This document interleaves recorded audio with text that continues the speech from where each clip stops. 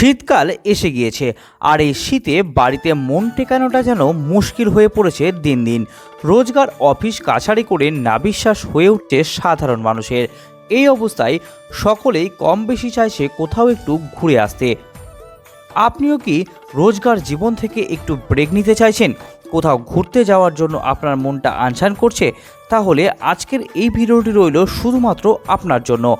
বিশেষ করে আপনিও যদি একটু জঙ্গলপ্রেমী হয়ে থাকেন তাহলে আজ এই ভিডিওটির মাধ্যমে একটি ভালো জায়গার সন্ধান পেয়ে যাবেন।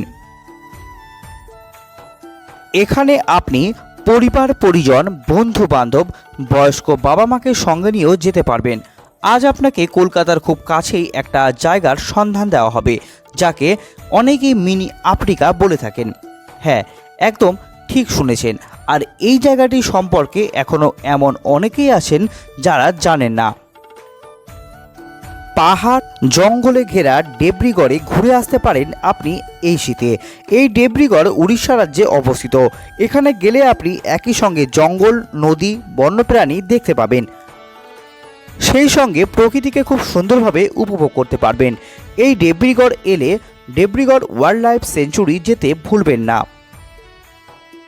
এখানে আপনি থাকার জন্য পেয়ে যাবেন ওটিডিসির সম্বলপুর, ইকো ট্যুরিস্ট দেব্রিগড়, এছাড়াও আরও কিছু হোটেল।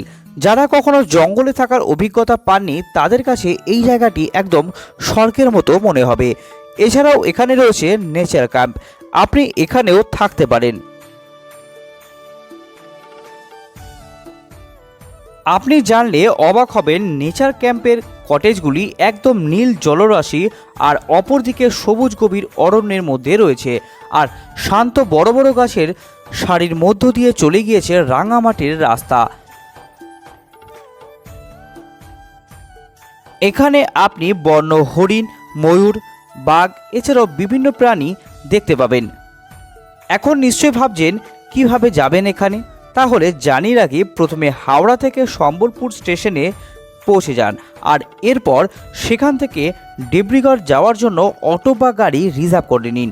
আর দেরি না করে আজই ঘুরে আসুন এই মিনি আফ্রিকা থেকে।